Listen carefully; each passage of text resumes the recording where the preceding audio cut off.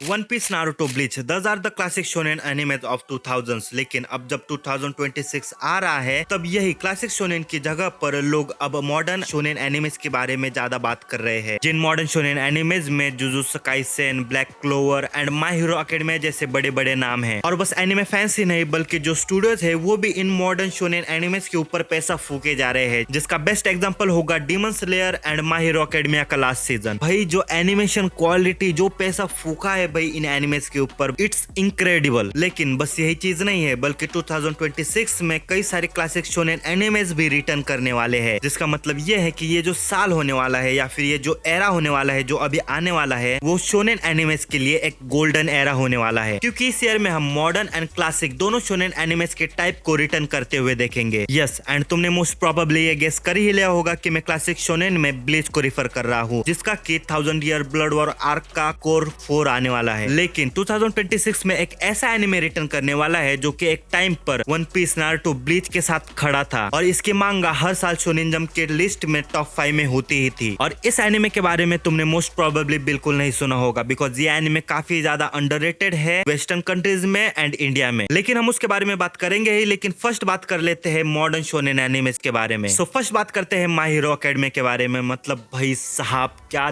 देख लिया है भाई मैंने। देखो, मैं कॉन्टेक्स्ट के लिए बता दूं कि मैंने इसका लास्ट सीजन आने से पहले माय हीरो एकेडमिया को बिल्कुल नहीं देखा था, लेकिन जब सब लोग इसके लास्ट सीजन के बारे में बात कर रहे थे तब मैंने इसको देखना शुरू किया एंड आई एम ग्लैड कि मैंने इसको शुरू किया। माय हीरो एकेडमिया को बिग 3 का सक्सेसर कहा जाता है एंड मैं इससे और ज्यादा एग्री बिल्कुल नहीं कर सकता। एक ऐसी दुनिया जहां पर ऑलमोस्ट 80% पॉपुलेशन के पास सुपर पावर्स है, जिसे उस दुनिया में क्वर्क्स कहा जाता है। उसी दुनिया में इजुको मिडोरिया नाम का एक क्वर्कलेस लड़का पैदा होता है, जिसका कि बचपन से एक सपना था कि वो वर्ल्ड का ग्रेटेस्ट हीरो बनना चाहता है। हाउएवर क्वर्क ना होने के कारण सब लोग इसके सपने को इम्पॉसिबल बोल देते हैं, जिसकी वजह से उसे बुलिंग भी सहनी पड़ती है। लेकिन एक दिन जब उसे उसका आइडल जो कि वर्ल्ड का नंबर 1 हीरो है ऑल माइट उससे मिलता है, तब इजुको ऑल माइट को अपना सपना बताता है कि कैसे उसे वर्ल्ड का ग्रेटेस्ट हीरो बनना है, लेकिन उसके पास कोई क्वर्क नहीं है। और उस पॉइंट पे हम ऑल माइट से कोई मोटिवेशनल स्पीच नहीं सुनते, जैसे कि बिना क्वर्क के भी तुम दुनिया के नंबर 1 हीरो बन सकते हो एंड ब्ला ब्ला ब्ला। बल्कि ऑल माइट भी इजुको से यही कहता है कि अगर तुम्हारे पास कोई क्वर्क नहीं है तो तुम्हें नंबर 1 हीरो बनने के सपने को क्विट कर देना चाहिए। Tell me,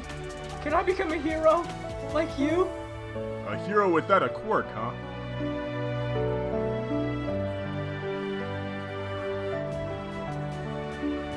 Fuck no!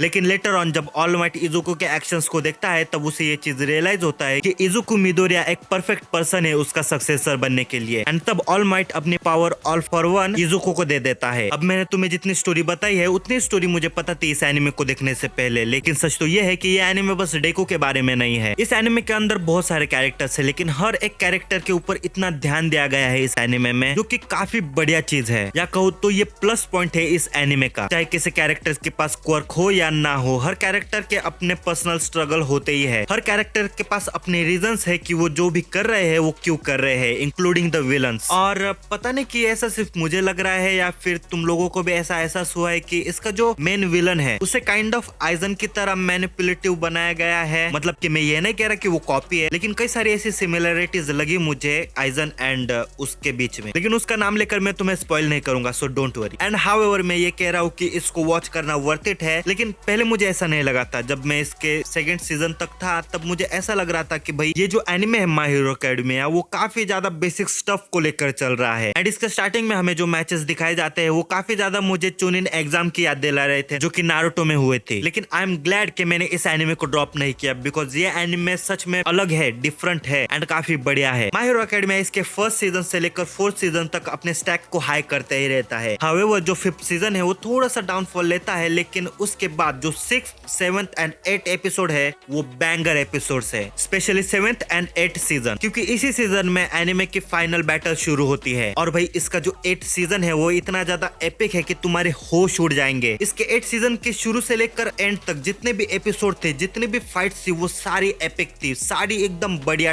Top class. And इस चीज का मेजर क्रेडिट इसके एनिमेशन के साथ साथ इसके जो म्यूजिक प्रोडक्शन है उसको भी जाना चाहिए। And I am telling you कि इट वाज वर्थ इट। अगर तुम्हें नारुतो नारुतो, डीमन स्लेयर ऐसे एनिमेस देखना पसंद है तो तुम डेफिनेटली माय हीरो एकेडमिया को एक चांस दे सकते हो। मैंने खुद ने इसके पूरे एनिमे को एक हफ्ते के अंदर बिंज वॉच करके खत्म भी कर दिया था और एक पूरा सेपरेट वीडियो बनाने से अच्छा मैंने सोचा कि भाई मैं इसका रिव्यू इसी वीडियो में कर दूं। लेकिन अगले साल 2 और मॉडर्न शोनेन एनिमेज रिटर्न कर रहे हैं। First is jujutsu Kaisen and second is black clover. देखो भाई, मुझे जुजुत्सु काइसेन के नेक्स्ट सीजन के बारे में बात करने की कोई जरूरत है भी नहीं, बिकॉज जो नेक्स्ट सीजन है उसके बारे में तुम्हें ऑलरेडी पता ही होगा। ये जो थर्ड सीजन है उसमें कलिंग गेम्स आर्क शुरू होगा जो कि पॉसिबली जेजेके का बेस्ट आर्क है। आई मीन मैंने जुजुत्सु काइसेन की मांगा पढ़ी नहीं है, लेकिन लोग जितना कह रहे हैं उसके हिसाब से तो ये बेस्ट आर्क होने वाला है। और जुजुत्सु काइसेन की जो स्पिन ऑफ मांगा है उसके ऊपर भी कुछ एनिमे बनाने की रूमर्स चालू है, लेकिन अब तक कोई कंफर्मेशन आई नहीं है। और अगर बात करें ब्लैक क्लोवर की, तो ब्लैक क्लोवर बस रिटर्न नहीं कर रहा बल्कि तगड़े एनिमेशन के साथ रिटर्न कर रहा है। मतलब अगर तुमने इसका ट्रेलर देखा होगा तो तुम इसके ट्रेलर से ही पता कर सकते हो कि इसकी जो एनिमेशन क्वालिटी है वो कितनी ज्यादा बढ़ चुकी है। एंड भाई आई रियली होप कि इसको वैसे ही ट्रीटमेंट मिले जैसे कि माय हीरो एकेडमी को मिली है। और वैसे तो ऐसा भी कहा जा रहा है कि ब्लैक क्लोवर की जो मांगा है वो भी अभी एंड होने वाली है, क्योंकि करंटली इसके मांगा में जो फाइनल बैटल है वो शुरू है जो कि अब बस 3 चैप्टर में खत्म होने वाली है। So there are high possibility कि भाई जो ब्लैक क्लोवर की मांगा है वो भी खत्म हो जाए। लेकिन ऐसा भी हो सकता है कि इसका कोई स्पिन ऑफ आ जाए या फिर नारुतो शिपुडिन की तरह इसका कोई नेक्स्ट पार्ट आ जाए। सो लेट्स होप कि ब्लैक क्लोवर का और भी कंटेंट हमें देखने को मिले। लेकिन ये तो थे अभी आए हुए एनिमेज, लेकिन बहुत सारे क्लासिक शोनेन एनिमेज भी रिटर्न कर रहे हैं, जिनमें कि मैं पर्टिकुलरली 2 एनिमेज के बारे में बात करने वाला हूँ। फर्स्ट जो क्लासिक शोनेन एनिमे रिटर्न करने वाला है वो है ब्लीच। हालांकि ब्लीच के 1000 ईयर ब्लड वॉर आर्क के जो पहले के पार्ट है वो आ चुके हैं, लेकिन फाइनली पार्ट 4 रिटर्न कर रहा है। और इस पार्ट के बारे में मुझे काफी ज्यादा एक्साइटमेंट है ही, लेकिन मुझे कई सारे कंसर्न्स भी है। मतलब कि इस आर्क का जो पार्ट 2 और पार्ट 3 है उसमें पेसिंग के कई सारे इश्यूज देखने को मिले। उन्हें इश्यूज भी नहीं कह सकते, लेकिन इसकी जो पेसिंग है वो काफी ज्यादा फास्ट है, जहाँ पर कई सारी चीजें होती है, कई सारे बैटल्स, कई सारे इमोशनल सीन्स। लेकिन ये सारी चीजें इसके पार्ट 2 और पार्ट 3 में इतने फास्ट तरीके से होती है कि तुम उस सारी चीजों को डाइजेस्ट कर ही नहीं पाते। मतलब कि मैं ये भी नहीं कह रहा कि इसकी पेसिंग बिल्कुल ही खराब है, लेकिन मेरे हिसाब से इसकी पेसिंग और भी ज्यादा बढ़िया हो सकती थी। मतलब कि इसकी पेसिंग अगर 30% भी स्लोअर होती तो भाई ये एनिमे एकदम टॉप क्लास हो जाता। हाउएवर कई लोगों को ऐसे ही फास्ट पेसिंग में एनिमे देखना पसंद है, सो मेरे हिसाब से ऐसा बस मुझे ही लग रहा हो। सो इसे तुम बस पर्सनल ओपिनियन की तरह देख सकते हो एंड तुम अपनी ओपिनियन खुद फॉर्म कर सकते हो। और फाइनली एक और क्लासिक शोनेन एनिमे रिटर्न कर रहा है जो कि अपने टाइम पर One Piece, Naruto and Bleach के साथ खड़ा था। इवन इसकी मांगा शोनेन जंप के लिस्ट में हर ईयर टॉप 5 में आती ही थी। और इस एनिमे के बारे में तुमने प्रोबेबली नहीं सुना होगा, लेकिन मैं बात कर रहा हूँ हिटमैन रिबॉर्न के बारे में। ये एनिमे 2006 में एयर होना शुरू हुआ था, उसी वक्त जब Naruto, One Piece and Bleach अपने पीक टाइम पर थे और इसके कंपटीशन में गिंतामा जैसे भी एनिमेस थे। ये एनिमे लगभग 5 साल तक चला, जहाँ पर इसके हर हफ्ते रेगुलरली एनिमे एपिसोड आते थे एंड इसके एनिमे को 2010 में एंड किया गया। एंड उसके ही बाद इसकी जो मांगा है वो भी 2011 में खत्म हो गई। एंड हाउएवर वेस्टर्न कंट्रीज में एंड इंडिया में ये एनिमे ज्यादा पॉपुलर नहीं है, लेकिन स्टिल अगर तुम्हें याद हो तो इस एनिमे को कार्टून नेटवर्क पर हिंदी डब में भी दिखाया गया था। यह एनिमे सुना के बारे में है जिसके पास कोई गोल पर्पस कुछ नहीं होता एंड लिटरली एनिमे के शुरू के एपिसोड में इसे लूजर सुना के नाम से बोला जाता है। लेकिन एक दिन एक बेबी जैसा दिखने वाला माफिया जिसका नाम रिबॉर्न है, उस सुना से कहता है कि तुम्हारी डेस्टिनी में लिखा है कि तुम माफिया बनने वाले हो, वो भी वोंगोला फैमिली के 10th बॉस। और रिबॉर्न के पास एक गन होती है जैसे कि डेस्परेशन बीम कहा गया है इस एनिमे में, जिसकी मदद से सुना अपने टास्क को ऐसे करता है जैसे कि उसकी लाइफ उस टास्क पर ही डिपेंडेंट हो। इस एनिमे का और मांगा का मेजर डाउनफॉल का रीजन ये है कि इसका जो एनिमे है वो डेली लाइफ आर्क से स्टार्ट होता है। मतलब कि अगर तुमने डोरेमोन या फिर शिनचैन जैसे एनिमे देखे हैं तो इस एनिमे के भी जो शुरू के 20 एपिसोड से वो बिल्कुल इन्हीं के तरह डेली लाइफ आर्क पर बेस्ड थे। लेकिन बाद में ये एनिमे एक प्रॉपर बैटल शोनेन मांगा बन जाता है। ऊपर से तुम्हें इस एनिमे में कई सारे ग्रेट कैरेक्टर्स देखने को मिलेंगे और कई सारी मिस्ट्रीज भी जानने को मिलेंगी, जैसे कि ये जो माफिया है वो एक बेबी की तरह क्यों दिखता है और ये जो डेस्टिन टू माफिया थिंग है, मतलब कि उन्होंने बस सुना को ही क्यों चुना, ये चीज भी हमें आगे एनिमे में पता चलता है। इवन इसमें एक पावर है जो कि शारिंगन से भी बढ़िया है। और इस एनिमे में तुम्हें कुछ मिले ना मिले, लेकिन चॉपर जैसे बहुत सारे क्यूट कैरेक्टर्स भी देखने को मिलेंगे, जैसे कि मेरे 2 फेवरेट लाम्बो सांड एंड आईपिन। भाई इतने क्यूट और कमाल के हैं। एक एपिसोड में तो भाई लिटरली इस क्यूट से बंदे को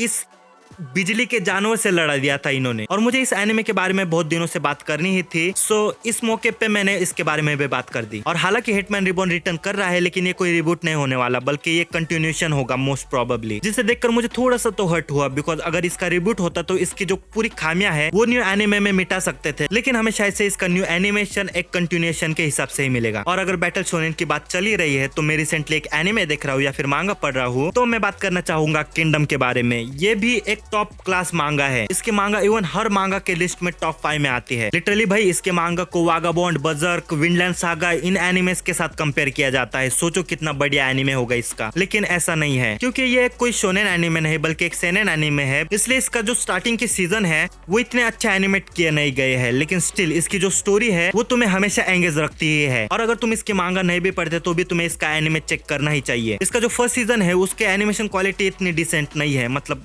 बिलो एवरेज है। लेकिन इसका सीजन 2 बहुत डिसेंट है एंड जो सीजन 3 है वो काफी बढ़िया है। स्टिल ऐसा होने के बावजूद भी इस एनिमे की स्टोरी इतनी बढ़िया है कि ये तुम्हें कभी भी बोर नहीं करता। मैं भाई इसके एनिमे को बिंज वॉच करे जा रहा हूँ। एक्चुअली मैं कभी कभी ऐसा करता हूँ कि मैं किसी मांगा के फर्स्ट 1-2 चैप्टर्स पढ़ लेता हूँ एंड देन इसका एनिमे का फर्स्ट एपिसोड देखता हूँ। देन मैं मांगा के 1-2 चैप्टर और पढ़ लेता हूँ एंड फिर उसका सेकंड एपिसोड देखता हूँ। ऐसे मैं साथ में एनिमे और मांगा देखते रहता हूँ। सो मतलब है वो वैसा। लेकिन ट्रस्ट मी, इस एनिमे को देखना तुम्हारे लिए वर्थ इट होगा। तुम इस एनिमे की रेटिंग ही देख लो। और इसका जो सीजन 6 है वो भी 9+ की रेटिंग लिए जा रहा है। सो अब तुम्हें पता चल गया होगा कि 2026 में तुम्हारा क्या टास्क है। First Hitman Reborn and second Kingdom, इन दोनों एनिमेज को वॉच कर लो। एंड माय हीरो एकेडमिया का spin off Black Clover, Bleach 1000 Year Blood War Arc part 4 और जुजुत्सु काइसेन के नेक्स्ट सीजन का वेट करो। बाकी थैंक्स फॉर वॉचिंग। मैं मिलता हूँ तुम्हें इस वीडियो में।